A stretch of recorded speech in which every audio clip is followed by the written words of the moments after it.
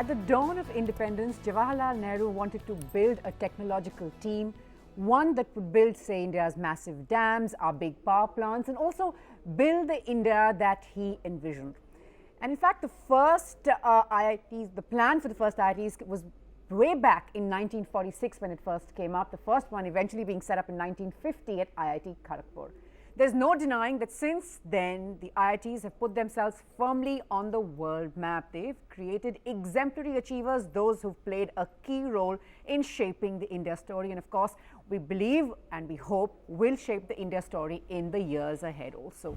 But there's no denying at the same time that there's been a cloud over these institutions every now and then, especially in recent times over, say, clashes between top academics and the government over their style of functioning, over their approach to training and teaching, and most importantly, questions on the future of the Indian Institute of Technology, undoubtedly one of India's premier educational institutions. That brings us to our topic of the day, where we ask, is the brand of IIT now being increasingly diluted, especially as we look at increasing the number of these top institutions around the country? Well, a special panel now joins me. Let's get started right away. Dr. Bijendranath Jain, he's Vice Chancellor, BITS Pilani. He's also been ex-HOD Computer Science at IIT Delhi. Thanks, sir, for being with us. Akshay Saxena, co-founder Avanti, that's a social enterprise, and you're also an ex-IITian. Also joining us, Dr. Krishna Kumar, he's Executive Director, ILNFS Cluster Development Initiative Limited. And from Mumbai, we're joined by Rahul Jain. He's an IIT Bombay student and an editorial board member of Insight there from IIT Bombay. Thanks all so much for being with us. Dr. Jain, if I could start by asking you, a top brand needs to constantly reinvent itself. It's not just true for IITs, but any big brand that we're looking at. Is that, you believe, a problem that we still go, back to the glory days about look what they've done in the past, look at the past, and not so much thinking about the road ahead, not thinking about the next 50 years, but focusing on the past 5 decades instead? So if you look at what has been happening over the last 50-55 years, is that initially the IITs were well known for their undergraduate programs. But I think today and over the last 4 decades or so, IITs have taken to research in a very big way. So I think if today the IITs are somewhere on the global map, it is partly because of the research efforts that have been put in place by the IITs. Going forward, I think the emphasis on research is only going to increase. The number of publications, the quality of publications, the efforts towards solving real problems that confront us in India, and I believe IITs are now beginning to focus on some of those things. Right. And my gut feel is that the brand of IITs has been improving, has improved, and will continue to do so in the coming decades. Dr. Krishna Kumar, come in there. Would you sort of agree? We know that at the core of it, of course, there's great meaning. There is, our top talent also coming from the IITs, already a great talent pool there. But how do you sort of see the road ahead? We've seen no less than, Narayan Murthy say that the IITs aren't the institutions that they set out to be. They aren't the institutions they were, say, in the 1960s and the 70s. Now, the key thing is, as Mr. Jain told, a lot of emphasis on research. There has been shift in focus, like, from the basic academics to the research, that's fine. But the problem is, if only the debate point today, because are we diluting the brand? See, that's where I have some observation on it. Sure. Because we started with 5, at least we had the 5 IITs, known IIT means 5. Absolutely. Now, the best cannot be, everybody cannot be the best, There is a kind of elimination process, like that's the selection itself. Sure. That's how one gets into JEE. Sure. Now, if you instead of 5, if you have 25 in the country, then it becomes an ordinary engineering college. Right. How do you differentiate the IITs from other engineering institutions? Right. Now, I'm not completely differing, but I'm putting a point, but it's a because point. it's a point. Right. Because when you speak of a national level iconic institution, it's an icon. You can't have too many icons. No? Right. When you have too many icons, it becomes common. I mean, it becomes just general. So what's making it stand out? But what's making it stand out is the quality. You get the cream of the cream. Right. You have the best probably training ground. We have best infrastructure, Right. and we have best access to all information. Fair enough. Yeah. Actually, you've sort of heard both views. There's one view that make it open it up. I mean, we're a young country, eager for the best opportunities, the best educational platforms. Why not, therefore, give it, why only sort of restrict it to these 5 or 10, open it up, put 25 IITs out there.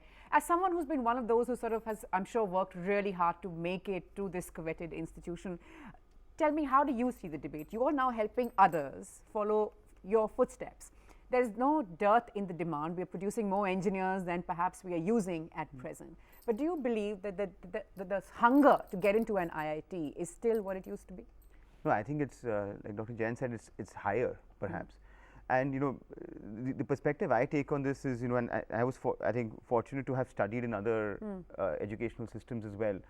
And I think the way I look at it is there's two sort of conflicting forces here, right? It is my own desire to be counted as being elite without necessarily having to do anything to show for it. Sure. That was obviously truer when there was a very small number of colleges. Like I could have been from IIT, published 0 research studies, done nothing commendable with my life. Just have the IIT thappa on and the thappa would count for a lot. Exactly, yeah.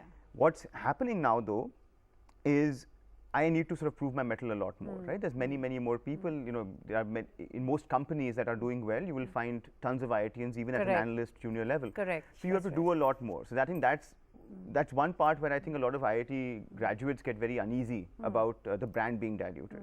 I think the decision to set up 8 IITs in around 2007 was a correct decision. Was a correct decision. I see, okay. Because left to themselves, the IITs would not have expanded their campuses. I see. 2% per annum was the growth rate between early 50s and the early 2000s. 2% is not sustainable, right? I think the big challenge for the IITs is to be able to source and retain good quality faculty. Right. And I think all the 16 IITs today are focused on this issue of how to get the best talent to come and teach and research on our IITs. Right. I'll get Rahul in at this point. Rahul, you're a student of IIT Bombay. You've, of course, been hearing the debate as it plays out. It's been all over the media. Questions on just how much is too much, whether the brand is being diluted, whether we should focus on what we have at hand instead of trying to spread ourselves too thin. As a student, how do you see this debate? 5 years ago, if you would have asked this question, are you from IIT, that would have been sufficient. Now you are required to add another question, which ones.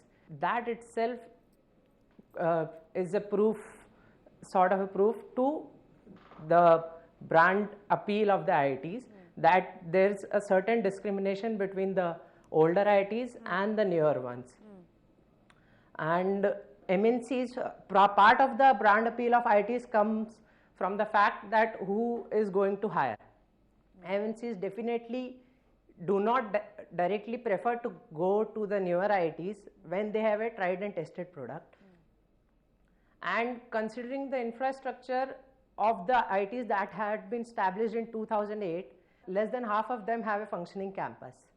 When IITs are supposed to be pinnacle centers of research, how can you expect the level of competence that the IIT brand has set to sustain when you cannot provide the infrastructure for the same?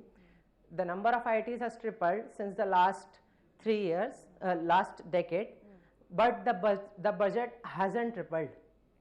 And this is a very direct discrepancy that is shown in the system. Right. We've seen, of course, a focus on funding and also talk of funding going up, especially in the last 2 decades or so. But if I can just get you in, Dr. Krishna Kumar, there are others who sort of say that why do we need so many engineers? And the focus also on people are leaving their technical degrees even after getting into IIT. There's this whole IIT IIM package is now supposed to be the in thing. So you get them into these top institutes and then they move away from the technical core areas, especially finance being, management finance being such attractive options now. So do you sort of see all of that also playing a role in how we perceive the IITs?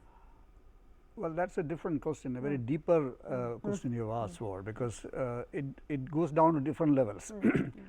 Do we need more engineers? Do we need more scientists? If you look at the statistics, I don't have exact numbers on my fingers, but what I can tell you is actually our research quality has not been improving the way the West or the other developed countries have gone. See, take the number of PhDs coming up annually, take the number of international publications coming out from India, it is much lower than even China. Once we were far ahead of them. Now where do we stand in terms of number of PhDs and all that? Right. So and secondly, now we are talking about Make in India on the one side. Now if you want foreign technologies and foreign people and just offer our place to come and set up their shop, that is not going to help us in the long run. They will shift when the factors of the production changes. But if you want to create our own technology, self-sufficiency, self-reliance in our own technology, now we need quality engineers, no doubt about it. We need quality engineers, we need quality scientists, and we need more allocation for scientists, more allocation for institutions. Before I go into a break, how, the point that Rahul also made, that we've been speaking about earlier, that despite everything, you may sort of want to copy the IIT, you may make 25 IITs tomorrow, another 15, another X number of years, but there's still going to be some that are going to be a cut above the rest. Now, for you as a student and for those who you mentor, which IIT they make it to, is that important? And do you sort of see people giving up their ranks and saying, we're not going to make it to this only IIT is not good enough, I'd rather try this again, take the JEE again, and then try to scale up? How often does that happen? Oh, all the time, right? So I think I advise children actively sometimes to take a year off and try and get into the top 5 IITs for the same reason Sir mentioned, right? I think for me, if I look at my undergraduate experience, right, and how it held me in good stead, the things that I value the most are things like a robust student body which has autonomy, the accessibility to companies that you can intern with, that you can collaborate with, that you can learn from. And if you end up in a far-flung area with no jobs, with no companies, with nowhere to go out, nowhere to no intercollegiate competitions, you are putting yourself at a significant disadvantage. So the short answer is yes, and I think and that I actively advise children that if you feel that you have a shot of going to an old top 5, top 6 IIT, take it. Because it will hold you in much better stead than going to a new college. Larger question of autonomy, where they are headed, here's what we're looking at. We're slipping into a quick break, back with lots more.